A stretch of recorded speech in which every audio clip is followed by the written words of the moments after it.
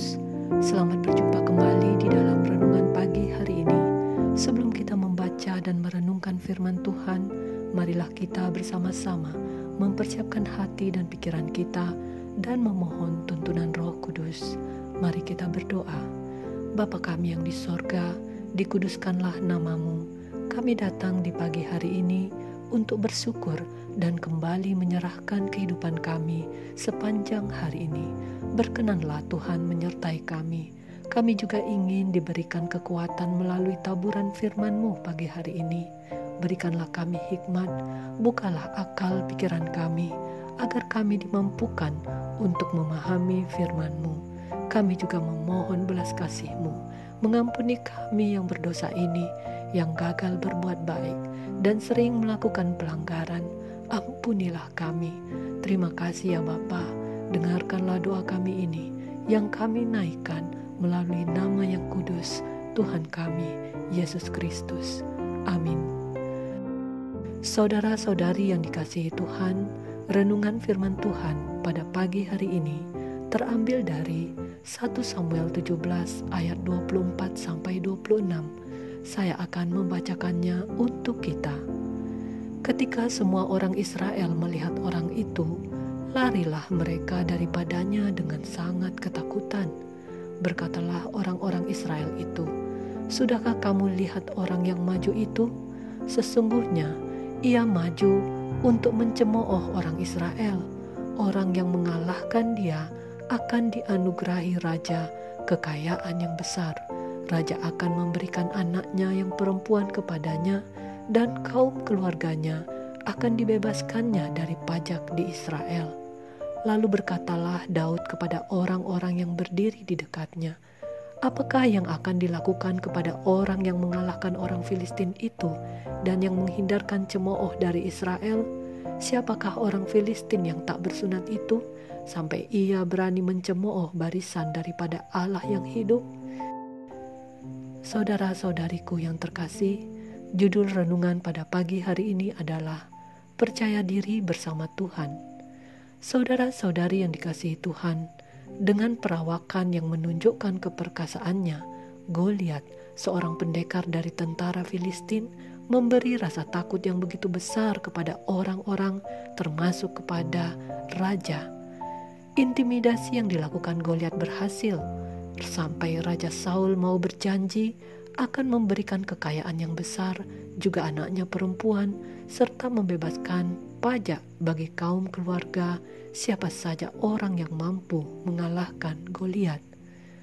Ketika Daud ditugaskan ayahnya Isai untuk pergi ke perkemahan perang di mana kakak-kakaknya berada untuk memeriksa keadaan kakak-kakaknya itu, ia mendengar perkataan menantang yang disampaikan Goliat kepada pasukan Israel dan juga cerita-cerita orang Israel tentang orang yang sangat ditakuti itu. Tetapi Daud menanggapinya apa yang didengarnya dan cerita-cerita itu dengan penuh percaya diri.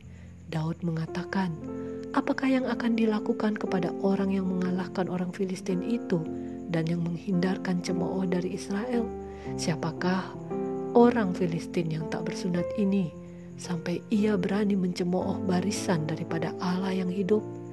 Dan perkataan Daud itu sampai di telinga Raja Saul, yang menyebabkan Daud diminta menghadap ke istana dan diberi kesempatan untuk membuktikan perkataannya. Lagi-lagi dengan perkataan yang optimis, Daud menjawab raja. Ayat 32. Berkatalah Daud kepada Saul, "Janganlah seseorang menjadi tawar hati karena dia. Hambamu ini akan pergi melawan orang Filistin itu." Ayat 37a, pula kata Daud, "Tuhan yang telah melepaskan aku dari cakar singa dan dari cakar beruang, dia juga akan melepaskan aku dari tangan orang Filistin itu." Daud membuktikan perkataannya. Ia mengalahkan Goliat yang ditakuti banyak orang hanya dengan umban dan batu, tanpa pedang di tangannya.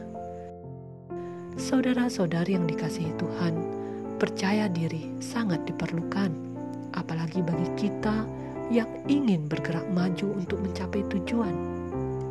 Kita dituntut untuk mampu berhadapan atau menghadapi risiko.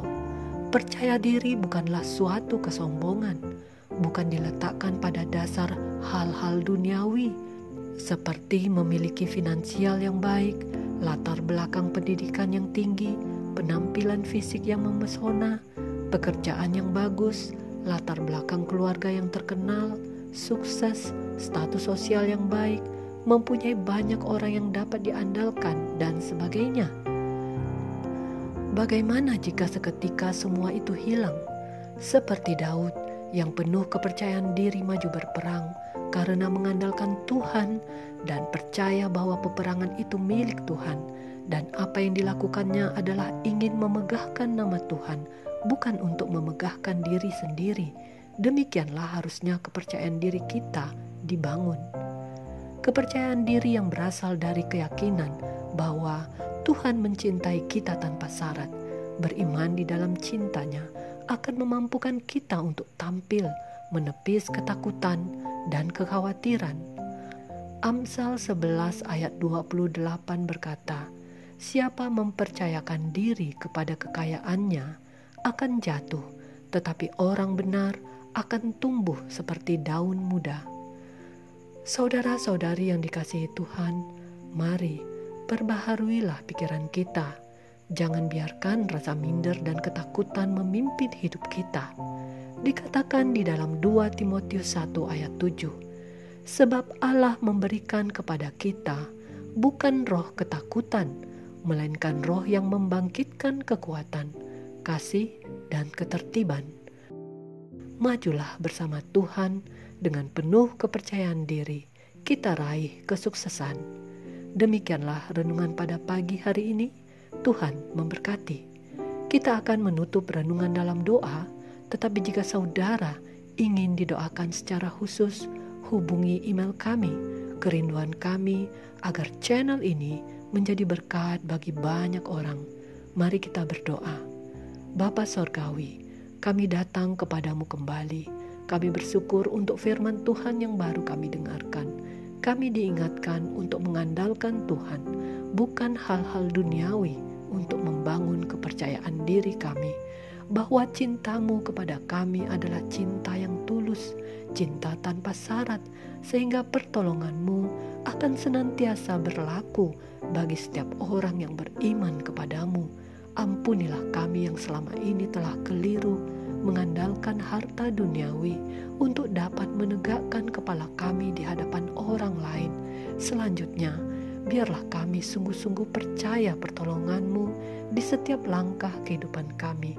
Roh Kudus-Mu senantiasa menyertai kami. Kami yang saat ini sedang dalam pergumulan, sakit penyakit, kesulitan ekonomi, kehilangan pekerjaan, penindasan, dan lain sebagainya.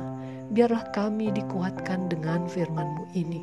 Terima kasih Bapa di sorga, dengarlah doa kami ini yang kami naikkan melalui nama Yesus Tuhan Allah kami. Amin.